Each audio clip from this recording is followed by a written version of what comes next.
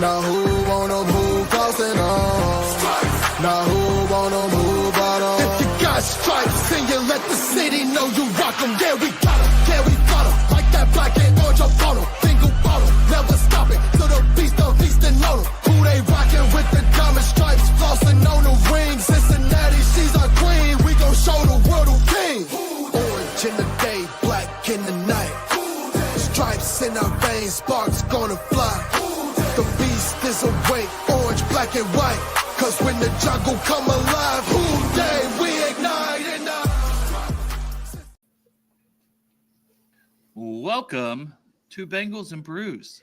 I'm Del Upman, joined by the BSG, who's been plowing snow and bitches for 24 hours straight.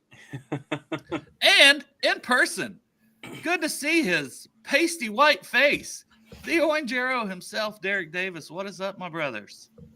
What's going on, fellas? A bit of a long day for me, but I plow on. Plow on. Got to just keep on plowing. Yep. Yes, sir. Greg's new motto. Hey, that's a Marvin Lewis t-shirt. Marvin Lewis era t-shirt. Just keep plowing. Exactly. I love it. Hooday to the Brew Crew. Good to see you guys. We have over a foot of snow here in Portsmouth, Ohio.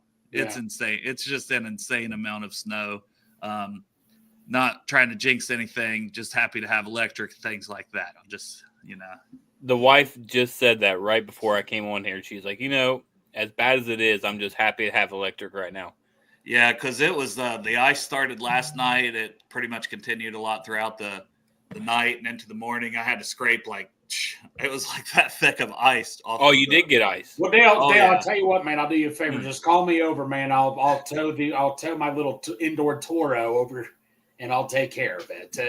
I've shoveled the driveway at least 5 times just to keep it where I can do something with it. I had to put some ice melt on there earlier. No, I was gonna say rock salt. The thing with rock salt is that'll eat up your driveway and all that. So yeah, try to use ice melt if you can. That works a lot better too. Yeah. If you got gravel though, I got gravel. That's true. I ain't worried. I got about gravel. Yeah. Yeah. I need to get new gravel anyways. There's not tons of gravel, so that's what it's like with all the shoveling and stuff too. It's like I'll need to get new gravel anyway. So Hey, I do want to give a shout out to my brother. I stopped up to see him today, and he said he does have a snowplow for me to borrow. So hopefully one of these days this week I'll be able to walk out or go over there and get it from him. There, you could be worried. Why don't you work with me at UC West College, buddy? No. yeah, and I guess Dustin's right. Living in Utah. I mean, how can we damn right, Southern Dustin. Ohio boys here Yeah. complaining about our one snow of the year? Well, you know what? I was at Kroger's a couple days ago, and people are freaking out, man, buying everything for a week or two and all that. It's like, go to Buffalo, go to Denver or Minnesota, or in Dustin's case, Utah. Then talk to me about it. It's just ridiculous how people freak out over this. This is a good question from Ohio Game Talks. And obviously, we're going to talk about the coach firings and all that. But yeah, now that the season's over, because I don't want stuff to get too lost in the shuffle here with the chat, and then we'll go into coaches. But we'll start with this. What was your favorite win of the season? And he says, I don't know why, but I'll cherish the Steelers win. I think I'm right there. Maybe it's because it's fresh. The Broncos up there, too, because we only beat 2 teams with winning records. The Broncos game was electrifying. The stadium was electrifying that game. I got to go. The Steelers is always going to be good, but I got to go the Broncos. Yeah, I'll say Steelers just because fuck the Steelers. Yeah. And besides those 2, every other win was against a losing team. So there isn't much to cherish on. But it's always nice to beat the Browns. Yes, always. Swept them, so that's good. Cowboys and to finish the season with a record of 3-3 in the division. I mean, what does it feel like? Let me ask you guys this: does it feel like we finished 9-8? I keep forgetting we finished the year with another winning record. Well, we could have easily been 6-0 in the division. Honestly, we should have won both Ravens game and the Steelers game, and we'd be on here talking about playoffs and probably a very good seeding had we just handled those 3 games. That's not to mention, week 1 fiasco against New England that you hate to lose, the bullshit call against the Chiefs, the Chargers game. You know what I mean? It's just and you're gonna get me thinking about it again. Bengals captain had me thinking last night. That the touchdown that wasn't. You give us that touchdown, and then who knows where this year went. The coulda, woulda, shoulda. You were 9-8. You ultimately didn't do enough, didn't put yourself in the position. You can say what you want about the Chiefs. They got the number 1 seed.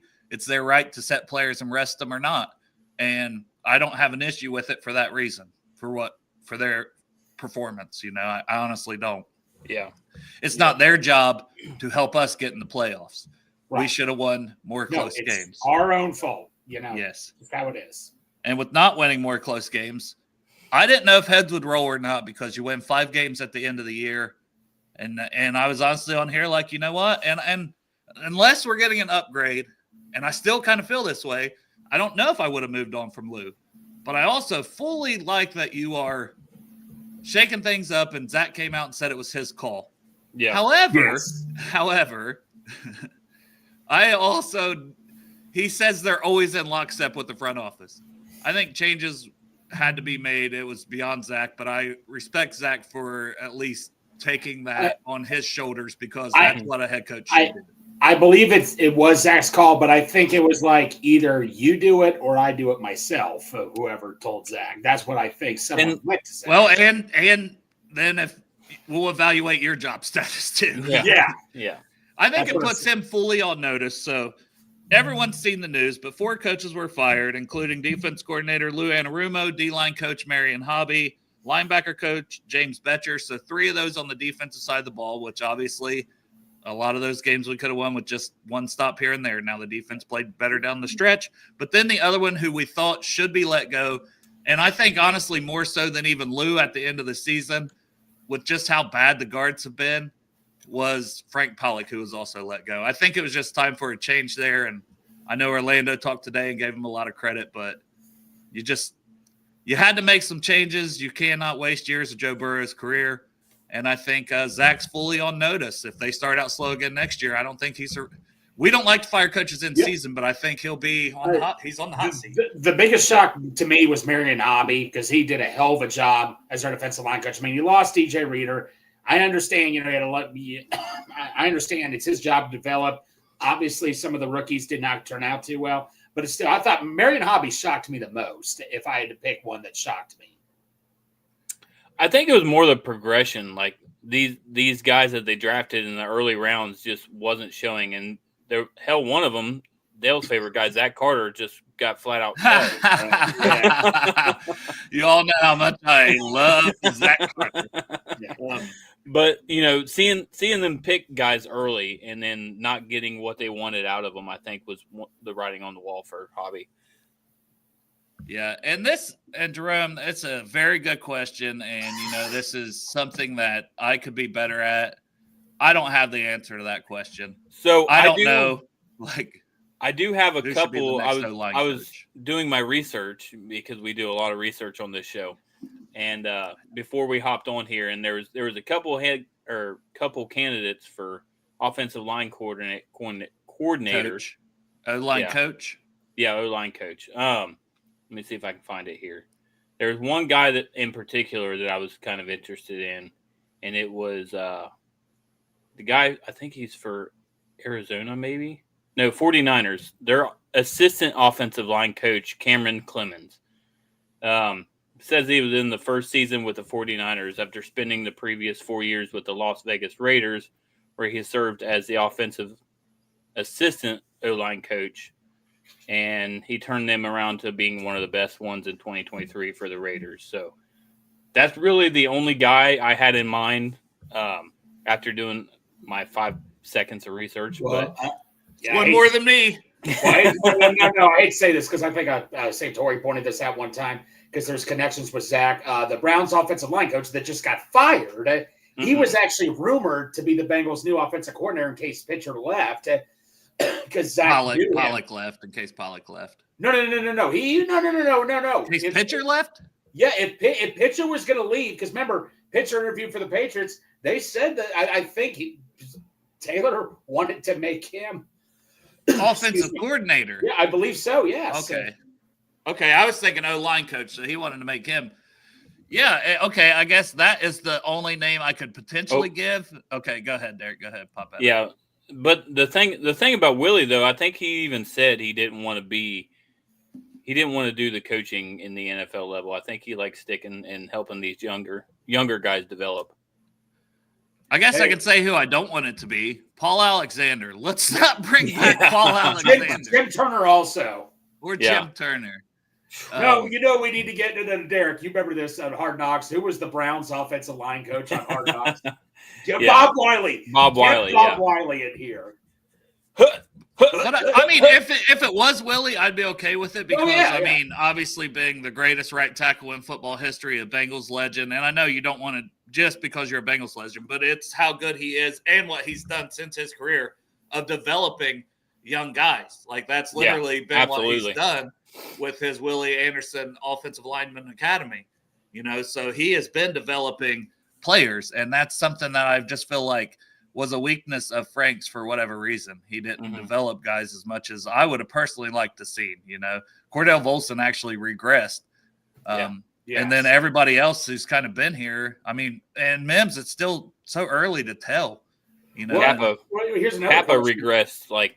But yeah, that's a veteran. You know, I almost feel like those guys are so proven that, like Ted. That's why I don't give him too much credit either for Ted or Orlando. But Orlando said my pass blocking improved, and that's hard to do at this point of a career, you know, going from year 6 to 7. Well, also, will this change the way the Bengals draft offensive line? Because, you know, Pollock, he loves those tall guys. Will this change their way of drafting offensive linemen, whoever comes in next? It could, but I feel like maybe it already did a little bit with the scouts and whoever else and the rest of the decisions because of, I know Matt Lee was a 7th rounder, but good RAS score. Amarius Mims, good RAS score, good athlete. So it's not just the size. That's one thing we have lacked a lot is the athletic profile guys. And Orlando Brown, there are exceptions like the Orlando Browns who had a terrible RAS score. Sometimes you're just a good player. Yeah. And he's one of those. You know, but it all factors in because I know a lot of people would like to see this O-line get more athletic overall. And I don't think there's anything wrong with that. And the D-line, too. I mean, with Marion Hobby leaving, you know, you hope that some changes get made over there as well. Well, Matty Meyer, he posted this on Facebook. You know, it would be interesting. Damata Pecco, he is a D-line coach for the Cowboys right now. Get him to Cincinnati. That'd be cool. Hey, get Mike Zimmer also here to Cincinnati while we're at it. Yeah, and we are strictly talking Bengals connections, but it is. Dominic Pecco is in the league now as a defensive line coach. And, hey, I don't know, man. Where's he coaching at? Dallas. Okay, that's warmer weather. He's I know he was living in California. That's why I was thinking that. He went to college at Michigan State, played here in Cincinnati for a while. This man might be happy to stay in the warm weather. I don't know. I'm just saying. But also a lateral job move, you know, is he the D-line coach or like an assistant D-line coach? I got to look that up just to make sure. Because if he's an assistant, it's always easier to get a guy to become a full-time. But if he's already the D-line coach, which I was thinking he was too, but I just wanted to see if we could clarify that while we're talking about it. One guy, since we're talking coordinators and stuff, one guy I had my eye on for let's go ahead and read this real quick. Yeah, I just want to get to this. Shout out Ford here joining the chat, Kansas City fan. Hey, listen, there's some bad Bengals fans. There's some bad Chiefs fans. You can't let like a small minority of the vocal idiots out there run it for the majority of fan bases. You know, majority of fan bases just are passionate about their team, but they respect the game. And, you know, they realize that there's a lot of other good players in this league making a lot of money. And, but I'll read the comment. Much respect, Chiefs fan, view our rivalry as more mutual respect. No one here really hates the Bengals. We have more respect than hate. And that's how I feel too about Kansas City. I would love to come on here and like put some blame on like, oh, Kansas. No, you earned the right to have, as I mentioned to start the show, to have a bye, to have a, you know, first round is clinched because you took care of business throughout the season. So if you want to rest your starters. And obviously I can't say enough good things about Mahomes, what he's done with his career. Travis Kelce, the UC guy here. Chris Jones, just an elite defensive tackle. And your coaches, Andy Reid's a Hall of Fame coach all day long. Spags at defense coordinator. So I can't say enough good things about Kansas City. Now I can hate on you because it's like the only hate that would come is not necessarily hate. It's jealousy, if I'm being honest. Right. I want what you guys have, and I just need one of those things, and that's one of those Super Bowls. That's it. Yeah, absolutely. And we got our the CEO over here, Dusty Croft, coming in. Well, here. something, then we'll get to Dustin because Greg was looking that up for us. Yeah, it just says he's an assistant. I think it almost sounds like a volunteer coach or something and all that. So he's not doesn't sound like he's the official D-line coach. He's just helping out. Okay, Zimmer probably brought him in. Yeah, Zimmer did. That's why Zimmer did bring him in. Yes. Gets his foot in the door, gets him a year of coaching experience. If this is the avenue he wants to go in, and I would be more than willing to give Pecco a shot here. I know it's like, well, maybe he's unproven as a coach, whatever, but he played under coaches like Zimmer. Zimmer had enough respect to bring him in and put him on his staff in the NFL with the Dallas Cowboys this year. You can say what you want about they underperformed, but Mike McCarthy, that's Jerry Jones, a lot going on there too. What about Paul Gunther? Whatever happened with Paul Gunther, by the way? I don't know. Good question. Everybody was like, "Oh, we'll be in hell without him." And he goes to the Raiders, and after that Raiders, it's like he disappeared pretty much. But he gave us good years. Like I can shit on him, man. He gave us good years. Like I don't mean that to shit on him. No, I like Paul Gunther. Yeah. But yeah, we'll get to Dustin now. Generous $5 super chat. Appreciate you, brother. The biggest disappointment, it feels like the lack of collaboration between the front office and the coaching. The personnel doesn't seem to match the scheme. At times it does feel that way. And even, your draft picks don't match with who the coaches want to play. Like, the young guys that they get, which we feel like our coaches have a lot of, that's one thing we'll never know, right? We do know from having former coaches on here that they say they like how much say they have and who they bring in. They have told us that. We can only go by what they say. Mm-hmm. But move to move, we don't know. Okay, Mike Brown wanted this. Duke Tobin wanted this pick. The D coordinator wanted this pick. We will never know those things unless they come out publicly by somebody. Right. By the way, Paul Gunther is also with Mike Zimmer as the defensive run coordinator. There you go. So there's where he's at. I never heard that update. Defensive run coordinator. That's interesting. Zimmer's getting everybody his jobs. And shout out Mike Zimmer getting engaged. Even though I thought that girl was like 20, she's 42, so it's not as creepy as it first initially appeared. Right. He just good for Mike Zimmer. Yeah. But I was just going to say there was one coordinator I was actually interested in. I don't know if you guys have heard anything about him or not, but just looking at this little top 20 coaches under 20 or under 20, under 40. The Pittsburgh Steelers offensive linebackers coach, Denzel Martin. Do you guys know anything about him at all? Nope. But he's basically, they were saying he's been with Pittsburgh since 2016, and he's steadily moved up the ranks, and he's done a lot with, guys like TJ Watt, which, I mean, there's probably not a lot that he's done with TJ Watt, but, helping those guys and I mean, guys like who's the guy they got from the Ravens? I can't. Patrick Queen. They've had a Landon Roberts, I think. Another guy who's been decent for them. They've always had some linebackers. The one that didn't pan out was Devin Bush, but now he's played a little better in Cleveland. But we don't know when this guy was there, how much he worked with him directly or anything like that at the time. Right. No, that's a good name. Obviously, we're going to have more names as we talk D coordinator because that's the biggest job. That's the one that because you can look at it two ways. There's fans that go, well, this isn't an attractive job because you got to deal with the front office. You got to deal with them being quote unquote cheap. They aren't cheap. Right. Losing a lot of your, some of your big name free agents at times. Especially like we've lost Bates and Reeder and things like that I feel like did set us back. But I lost all train of thought, honestly. No, I think where you were going with this was like, that is the downside, but the upside, like you said on Twitter earlier, was, I mean, you've got an offense that's prolific. You've got a defense to where really there's only one way to go for this team, and that's up. And if you can bring some guys in and make some key moves, you're going to, there's definite chance of these guys making the playoffs again. I mean, that is the standard now, is making the playoffs. Robert Saleh, Matt Eberflus, Dennis Allen. and Dennis Allen. These are all guys that Ben Staley. Well, they had head coaching jobs that got fired, so they're all in the market. So It's not like you got to wait to hire these guys, that are going into playoff runs, or if it's a college coach, like even an Al Golden's a name I've tossed out in the past. Yeah, that is coaching Notre Dame's defense, who was a linebacker coach here for a while. Not saying he would come back, not saying I think he just signed an extension last year through 2027, but you never know if these guys want to go back to the NFL, they want to stay in college. They might like one situation over there that I don't know. Those are things.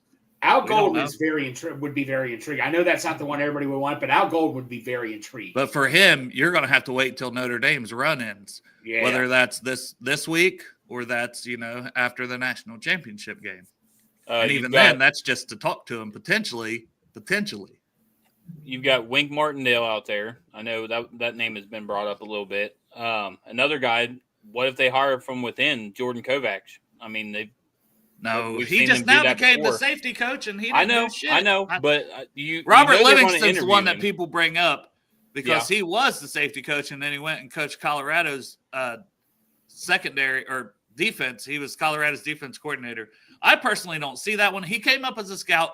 It's one thing where it's like that connection, but to me, I want somebody fresh that hasn't been in the building, and that's no knock on Robert Livingston or anything like that. I mean, he seemed to do decent while he was here. As a scout and this and that, and he's kind of a guy that's on the rise. Mm-hmm. But if it's me, there's no way I choose a Robert Livingston over a Robert Saleh, a Matt Eberflus, or a Dennis Allen, who are proven NFL defensive coordinators and have had top 10 NFL defensive teams as coordinators in the NFL. That's a huge difference to me, and that's what I want. Give me a proven guy, and I think there's enough out there, and this is an attractive job from the standpoint. We've drafted a lot of young defensive talent. Yeah. Yes. We're going to continue to invest on defense because we're paying and going to continue to pay our big guys on the offensive side of the ball.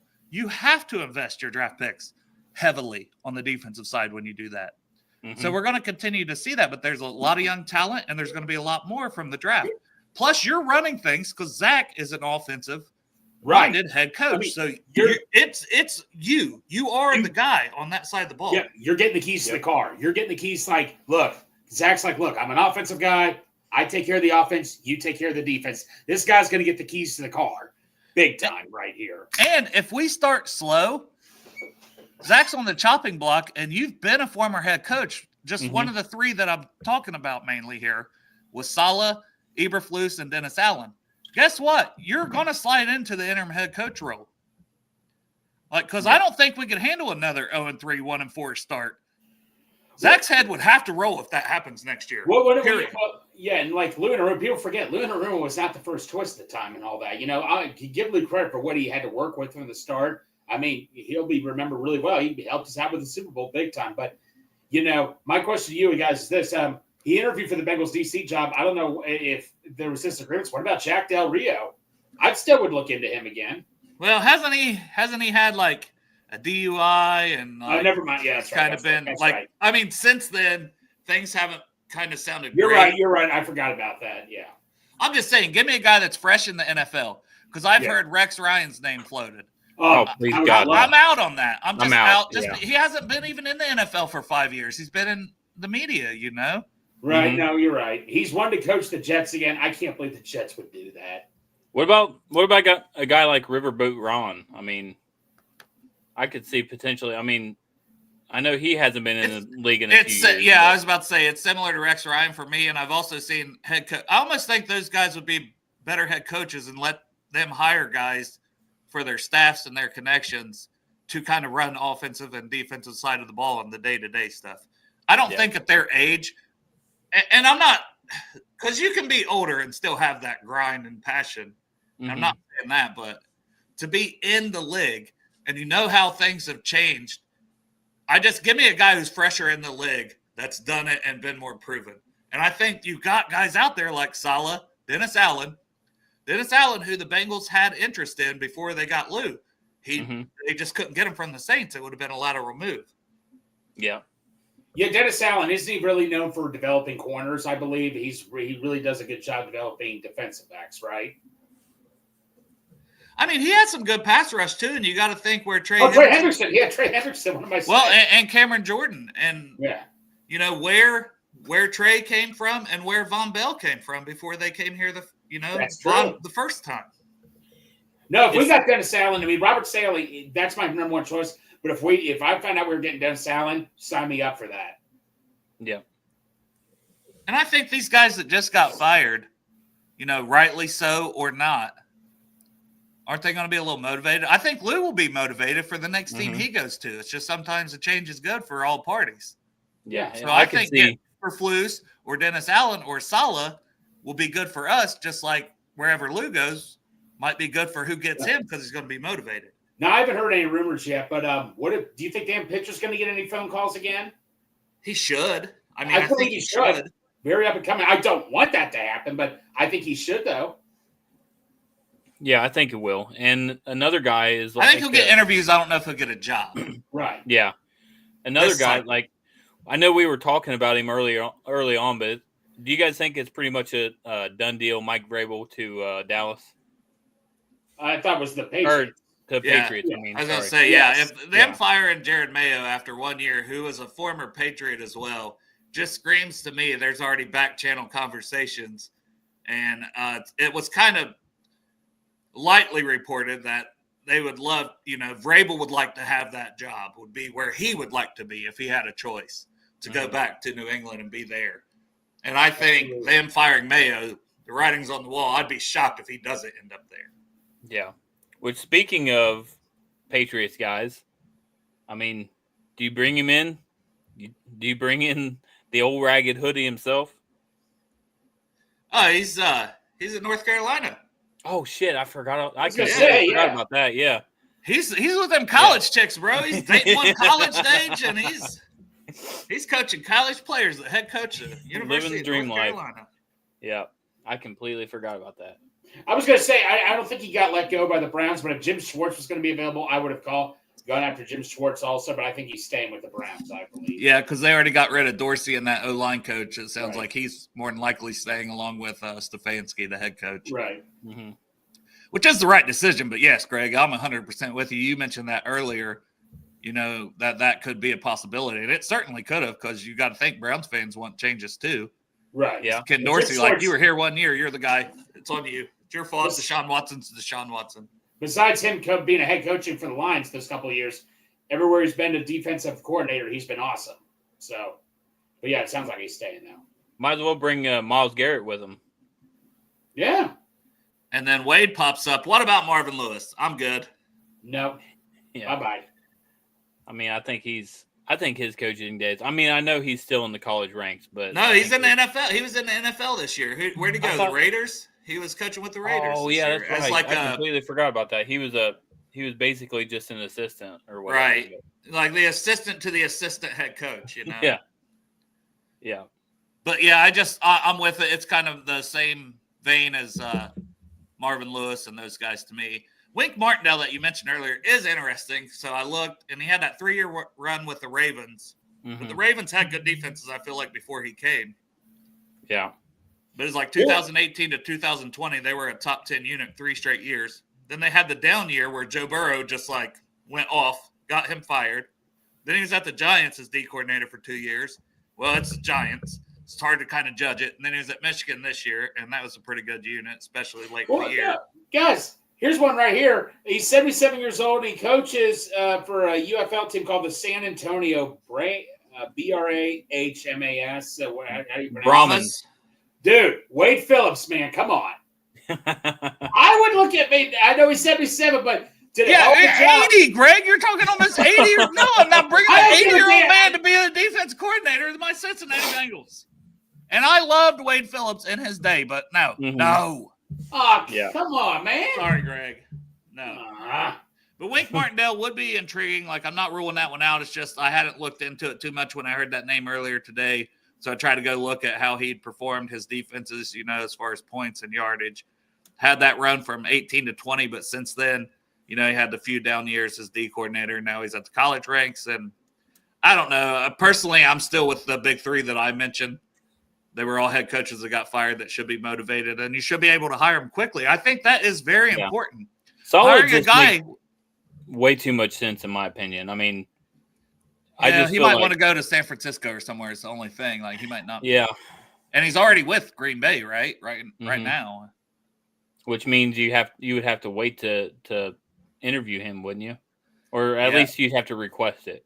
I was going to say they'd probably allow it because he's only a consulting role after he got fired from the Jets. And I think they're all about, that's why that coach brought him in. Right.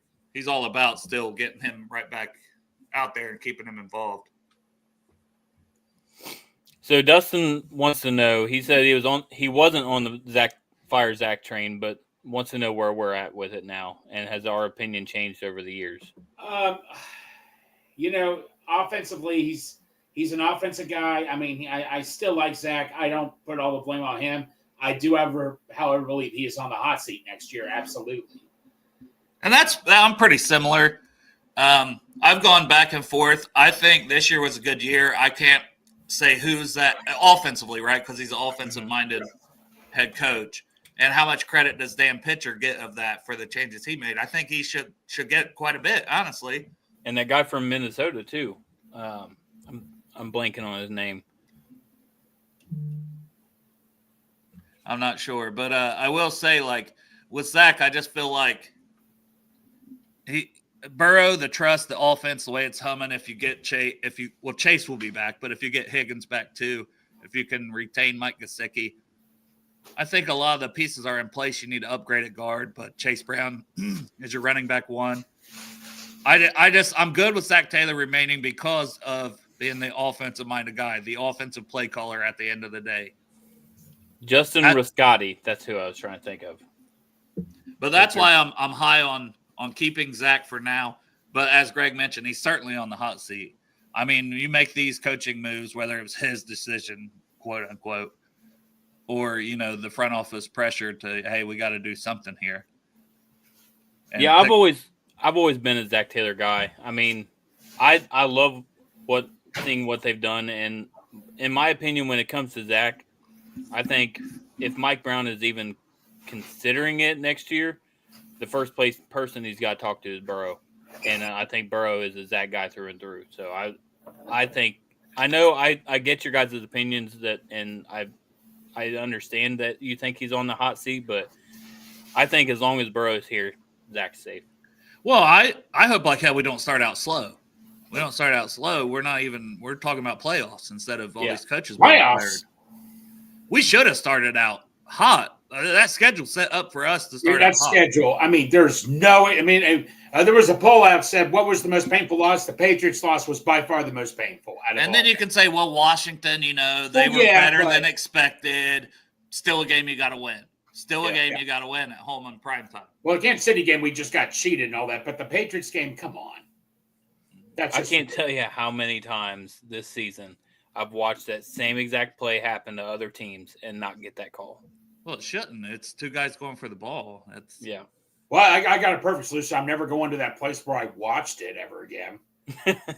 Just kidding, Derek. No, I'm just kidding. I had an awesome time there, but yeah. T-Bowl's here with a super chat. Appreciate it, brother. How surprised were you guys when Zach said it was his decision to let go of Lou and Pollock? I was kind of like, whoa, didn't see that coming.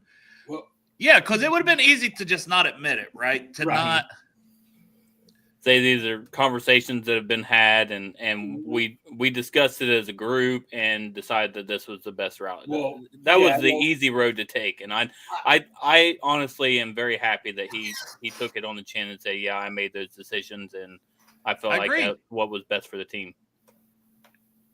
Because it puts him on the hot seat even more, really. Like, because if Lou goes somewhere else and is dominating, and whoever we brought in for defense coordinator sucks, and our defense is still awful, then Zach's even more on the hot seat. Well, Dale, like I told you, I told both of you, it's like I think it was. So yeah, it was Zach's decision, but I think someone said to Zach, either you fire him or I fire him for you, and all that. So well, I also think later when asked about T and bringing him back. Yeah. And to apply pressure to the front office. No, we're in lockstep on everything we do. We talk weekly. We always talk about upcoming decisions. And, okay, take those comments and you can put them right directly back on what happened with the coaches. Yep. That was a group decision, but he he wanted to be a man and put it on himself, and I will always respect that. Yeah. You know what I always respect? Midwest Best Barbecue and Chop Shop, proud sponsors of this show. That's something I will always respect. By the way, Midwest Best had to close early yesterday for snow, so they'll open up Wednesday. So get your wings Wednesday. Yeah, and I saw that too.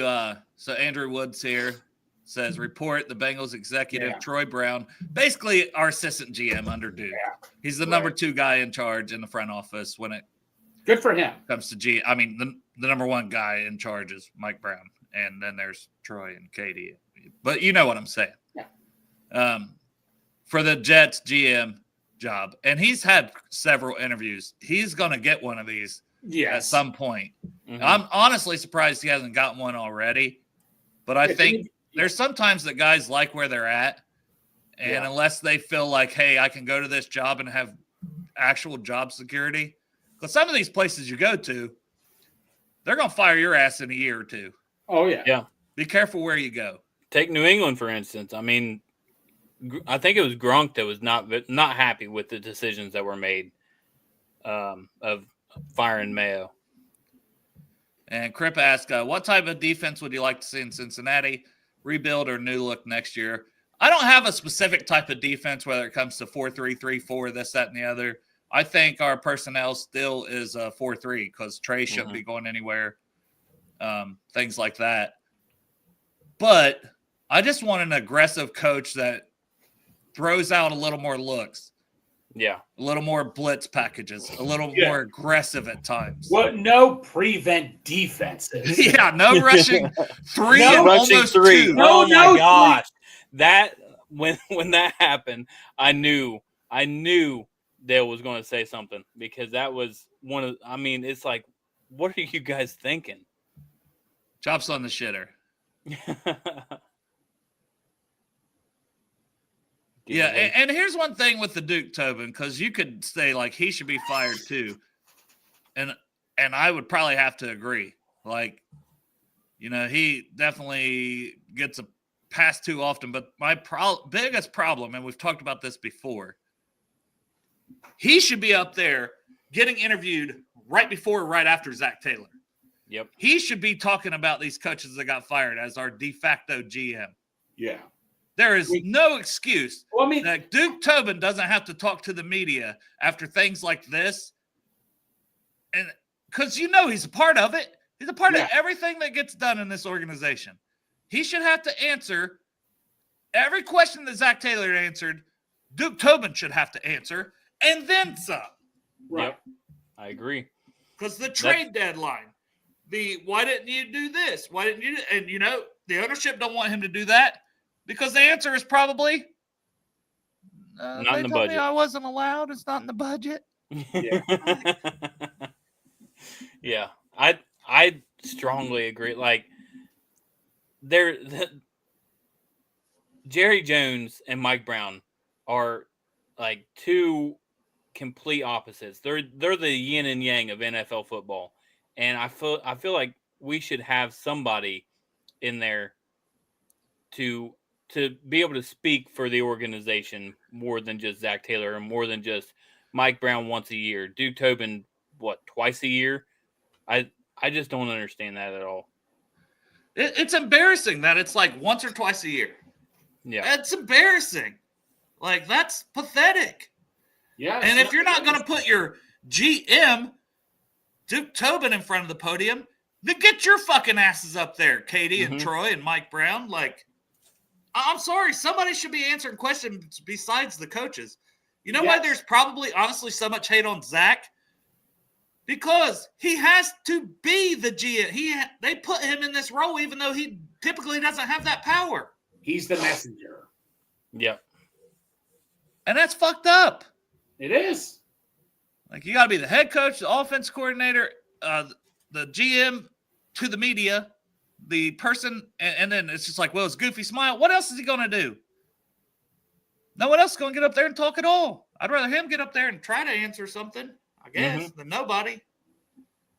Yep, absolutely. And then Taylor wants to know everybody's thoughts on T coming back after Zach Taylor's comments. I kind of felt, honestly, I felt a little better after hearing Zach talk about it, because I think he did say something about basically, and maybe you can take this with a grain of salt, but it was more along the lines of Lou a couple years ago when he said it'd be a cold day in hell. I feel like he felt the same way about if T were to leave. I think and then Bates left anyway. Bates and Von Bell anyway. Yeah. So that's what I'm saying. Like ultimately, they can only say so much, and it ain't going to matter. Like the money don't work. The Bengals ain't bringing them back. They're so strict on this is our price, take it or leave it. This is our we ain't giving you this much guaranteed money. This other team's giving you 10 times that amount of guaranteed money. Okay, then take it. And they're like, okay, I will. Like, right. But no, I mean, I'm not like, I get fired up when we talk about the front office. Mm-hmm. More than anything else, because I ultimately know in my heart that's the biggest problem. Without a doubt. Without a shadow of a doubt. Like, and I guess that's one thing that gives me hope, though, because there's a lot of years you win 5 straight and a winning record that Mike Brown, Troy, Katie will say good enough and everyone's jobs are now safe, regardless, period. Yeah. We're running it back. We're on a roll. We'll roll this into next year. And they didn't do that, you know? So I know it's the fear of the unknown a little bit on who do they replace them with. And they have to nail those hires. But also, if you just run the same things back, that puts you in these positions for 2 straight years of not making the playoffs. I know Joe was hurt last year, but we played good football after Joe was hurt, to be fair, and almost got in the playoffs then. Mm-hmm. But we were in a bad position to start the year from starting slow and things like that. And just the extra mile and the trade deadline and the things that you could do. Like, we might have pulled out one of those games before this 5-game win streak had we been a little more aggressive at the trade deadline. Might have been one guy that made one play difference. Yep. Well, another thing with Lou is, you know, he never gave the rookies chances. It was like it was going back to Marvin Lewis. He wasn't giving any of the rookies chances. I get it. Veterans have more experience. But, I mean, if veterans not working out, put the damn rookie in. Yeah, it shouldn't have taken being 4-8, you know, or whatever it was before we started seeing more of a lot of these guys. It just shouldn't have. And then Sam playing injured basically all year. And if he didn't get injured, they would have kept playing him so many snaps. We played better after, and it's no knock on Sam. We respect his career. But sometimes when you're injured, you're not helping your team. Yeah. Or you're just older and injured, especially. It's not helping anything. Right. You guys got all quiet at once. No, I was just trying to think. I mean, obviously, we got some mock drafts coming up, but what do you think? We'll start doing mock draft Mondays? Oh, I don't know. We'll do them here or there. We'll do whatever the hell we want, like usual, pretty much. Yeah. You never know what's going to happen on this damn show. I could see them tagging T, Jerome. I could see them tagging T again. But if they tag T, it literally has to be you're going to trade him or you're going to get the deal worked out soon. You cannot tag him and expect him.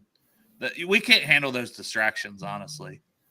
Deals with Chase and T. If they plan on bringing T back, I would like to see him go ahead and get the damn deal done now. Get him and Chase deals done as soon as you possibly can. Because then you can worry about other players. Like, you don't want this me personally, I don't want this dragging into free agency. Mm-mm. I don't want this dragging into around the draft still after free agency started. I'd like to see some, because we can sign our guys now, right? Yeah. Yep. Yeah, I was going to say I'd like to see some deals get done before the Super Bowl. I mean, why not try to get it done? Why not get a head start? Why not be ahead of the curve? So when free agency starts, well, you know you've got this, you've got that. Yeah. Already lined up, and you know what your next needs are. That's smart. It would be a smart thing to do. Like, yeah, obviously you want to be in the playoffs, but since you're not, take advantage of not being in the playoffs. Mm-hmm. Take advantage of being able to get a start now, you know? for the draft, for free agency, for re-signing your own guys. Do it. There's no reason not to. Yep, absolutely. Should be working hard on all that sense. Working 9 to 5. Well, yeah, and you know that they probably do work 9 to 5 a lot. Mike Brown. Sundays off. It's like they're working on Sundays. It's like the NFL, bro. Everybody working like 7 days a week. You know, these coaches are still grinding the tape and stuff. Mike Brown's like, nah, office is closed. Front office is closed, boys. We got 9 to 5. 5 days a week. That's it. Andrew Woods wants to know, who do you see staying and leaving? And I don't know if this is talking coaching wise. Obviously, we had some coaches fired already. Do you see any of the other coaches staying? He was probably talking more players, but yeah, I would imagine players because we just had the coaches. As far as coaches, I'll just mention like Zach did say in his press conference, like Charles Burks and Jordan Kovacs, the secondary guys. You know, that's still conversations to be had. You know, I'm sure depending who the defense coordinator is hired, maybe he has guys he wants in those jobs. So I wouldn't say their jobs are 100% safe, but them not being let go now, like the linebacker and D-line coach along with Lou, I'd say they got a way bigger chance of still being here for coaches-wise. Now, players, if we're talking that route, Derek, we kind of mentioned this, Lou gets a job elsewhere. That's something you got to think about. B.J. Hill, Mike Hilton, Joseph Osai, Akeem Davis-Gaither. So we'll just stick with the defense to start this conversation, and then we can flip to the offense. Who do I see stays out of that 4? If I had to, I'll just say if I had to put money on one staying of the 4, I would say Mike Hilton. Yeah.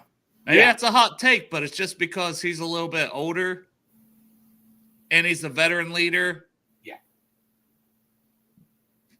I know, though, it'd be hard to lose a D tackle like BJ, but I think Mike Hilton's money could work out easier than BJ Hill. I think BJ Hill's still going to get a bag, and Osai has a chance to get a bag. Someone, could pay him. And I know we're talking strictly defense, but one guy that worries the hell out of me right now, especially with the words that he had to say today in the postseason presser or whatever they dealt with in the locker room. Mike Gesicki, man. Yeah, that's why I was going to do defense first, Derek, because I was going to get to Mike Gesicki next. Damn it, Derek. I know. Let's stick with defense then, because there's a couple guys that they brought in, a couple of those corners. I don't see any of those staying really, because I think they were more just guys that just bodies to pick up. But I just mean of those 4 specifically. Of those 4 specifically, I'll say like how many of those do you think's back? I think Davis Gaither could be back too.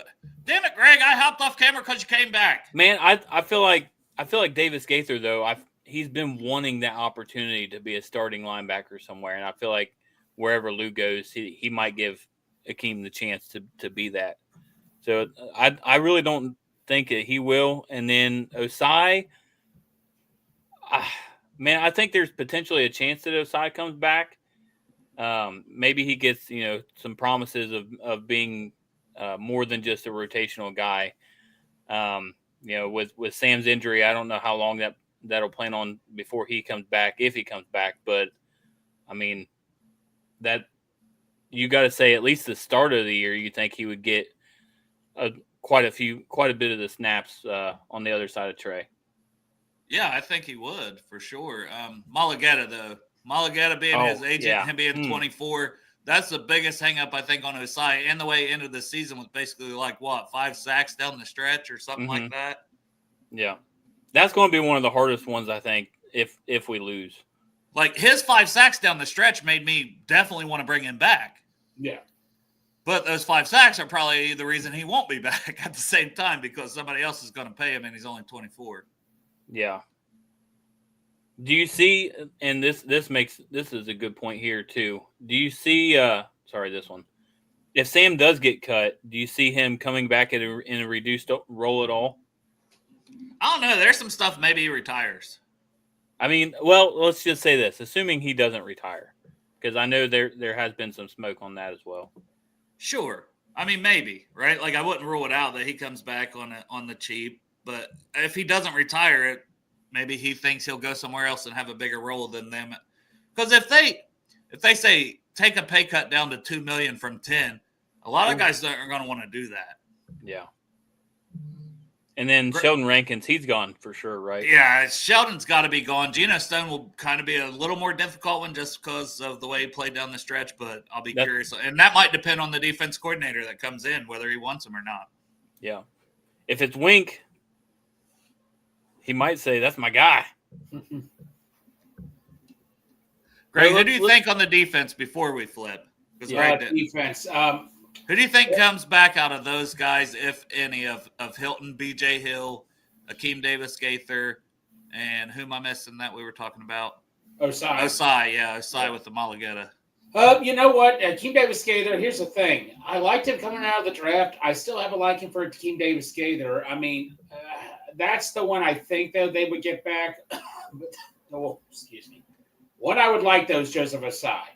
I would really like to see Osai back, but if he's going to get, if like I've said, if he gets one offer where we're like, hell no, then I'm sorry, but I'd love to get Osai back.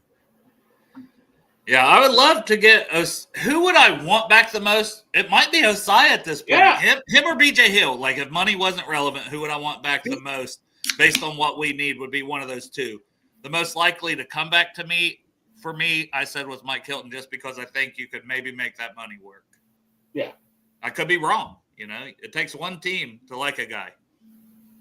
And I mean, honestly, Jenkins and McKinley Jackson, they really turned it on the last couple weeks of the year too. So that makes me feel a little more comfortable about if BJ wasn't to return. I look at them as 3s and 4s, and now if BJ leaves, you got to replace 1 and 2 because we're already saying we're cutting Rankins.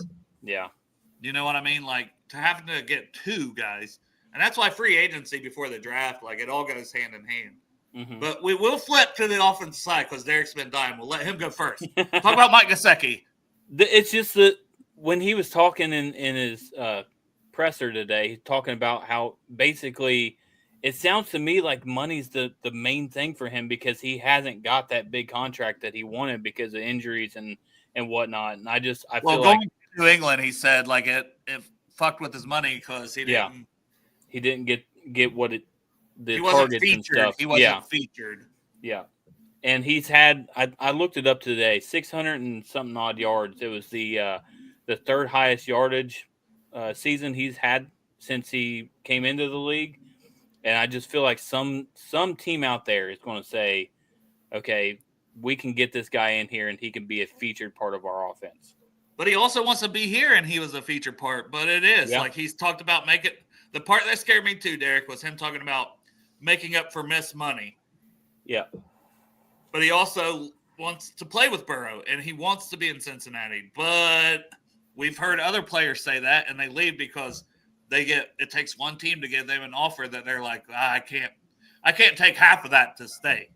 Right. What do you think is the amount that Gesicki would take to stay? We talked about this on the After Dark the other night, and so we kind of kicked it around. Like I said, I'd be good with giving him 2 years, $8 to $10 million, so $5 million a year, up to $5 million a year. Put some incentives in there for when he has seasons like this season. Mm-hmm. But then we talked about a team could offer him $7 or $8 million a season. That's a drastic difference. Oh yeah. But I said if you could get him at 2 years, $12 million, $6 million a year. Maybe even put some incentives in there that bump it up to 14 if he hits them all. I think I would be comfortable with that, maybe, but I still like the $5 or $6 million a year range more for him. What about you guys? Go ahead, Derek. No, I was just going to say, I would be okay with that. I don't know. Looking at what they've done, and you've got a bunch of rookies in here. Eric All, I can't remember his name. McLaughlin. You've got those guys in here as well. So, do you really want to spend up for a tight end? And you've got Drew Sample, who was apparently our number one target this last game, Dale said. And Cam Grandy. Don't forget about the Grandy man. Yep. The Grandy man, they liked him as an undrafted free agent enough to put him on the roster and give him more snaps. McLaughlin couldn't get any.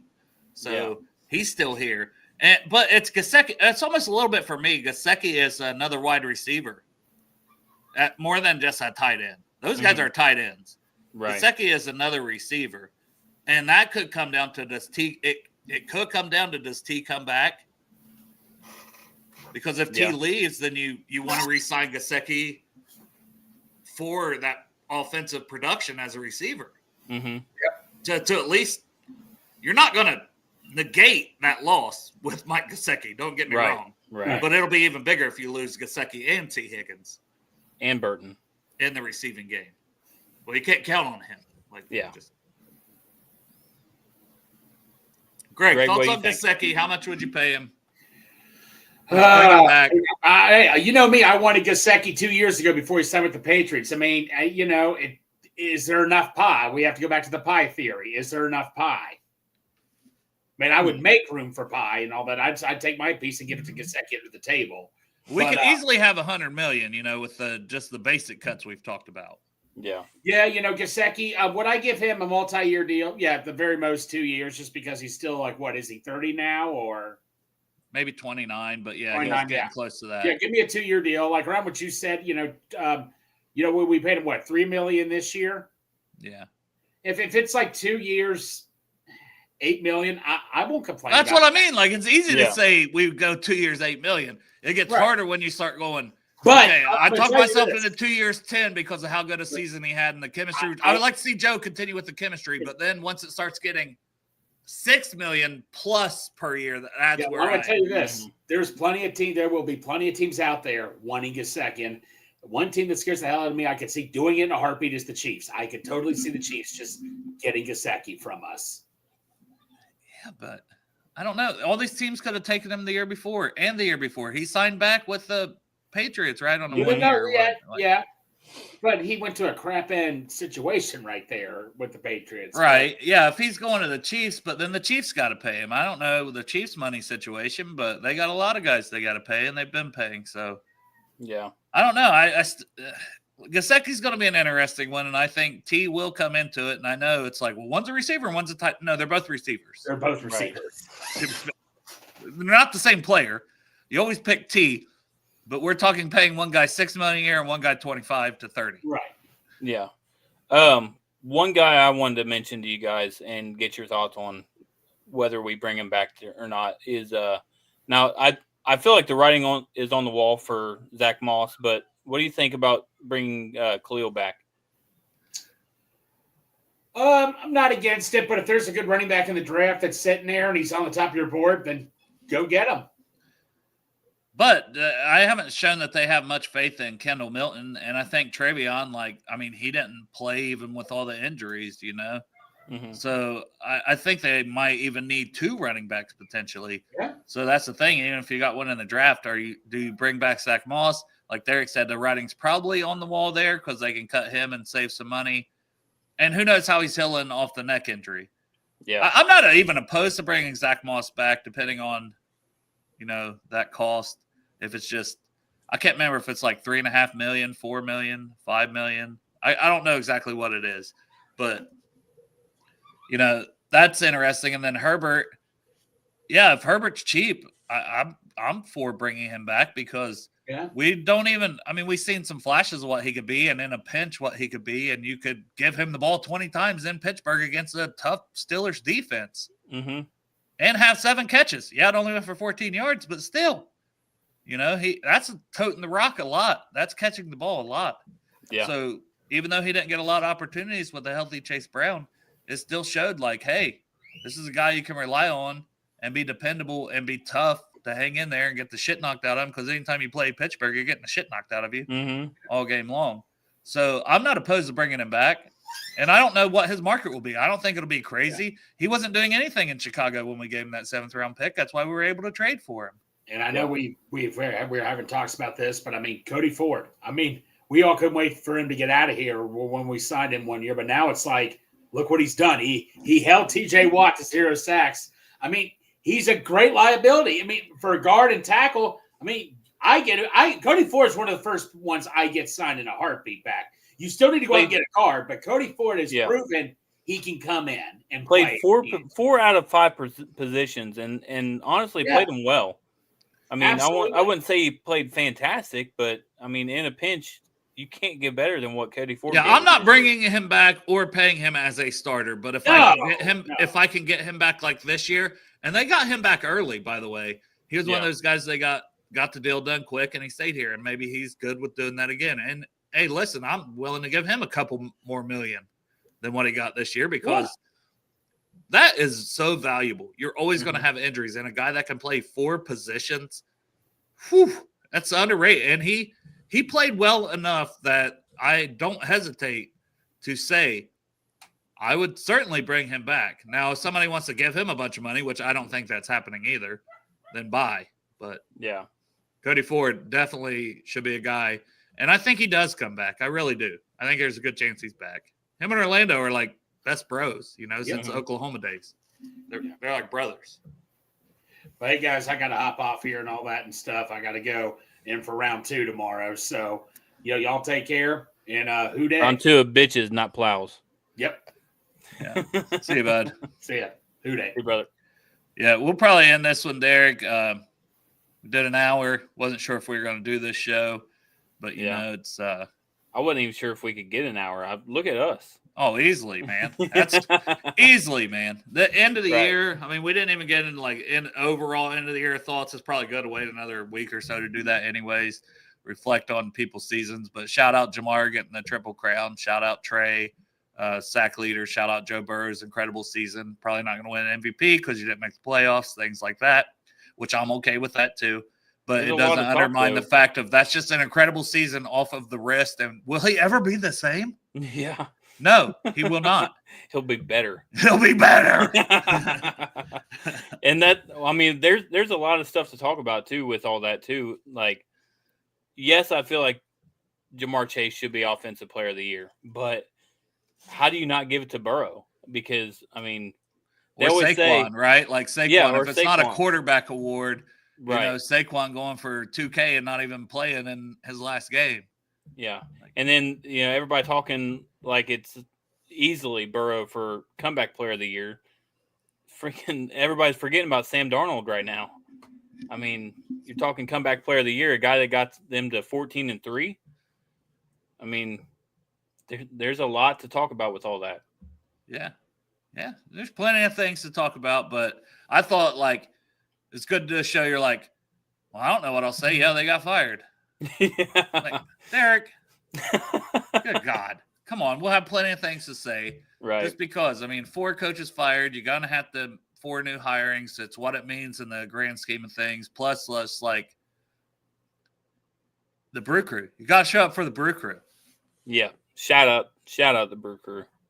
Yeah, and I will always remember beating the Steelers in the last game. Mm-hmm. Yeah, internal optimist. I remember a lot of great plays and great games. Lots of fun watching the Bengals and listening to Bengals podcast. Man, exactly. And, yeah, we didn't make the playoffs. Yes, it's a disappointing season when it comes to the final results of what this team could be and what they should be with the talent they have. But to watch a Triple Crown winning season, to watch an MVP type season from your quarterback who no one thought would be the same, to watch Trey Henderson put up 17.5 sacks in back-to-back seasons now that we haven't made the playoff. It's still been very fun to watch T. Higgins, how great he is. And even Lou, man. Wish Lou nothing but the best. I do think it was time for a change, but we will always have Lou Dini. We will always have the magic that he schemed up against the Chiefs in that second half to send us to the Super Bowl. We will always have some special moments with the guys like that. So nothing but love, honestly, for some of these guys that are leaving.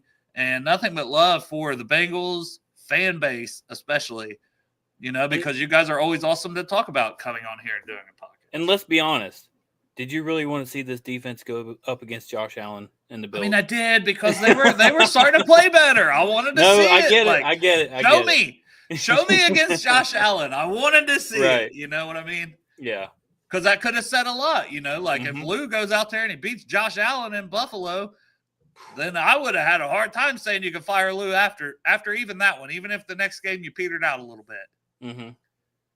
So I would have loved to have seen that just because, hey, Josh Allen, he's right there with Lamar for everyone's MVP, right? Yep. And then the next game, you know exactly who they would have played against because they would have been the 7th seed. They would have been back in Kansas City going up against Mahomes again.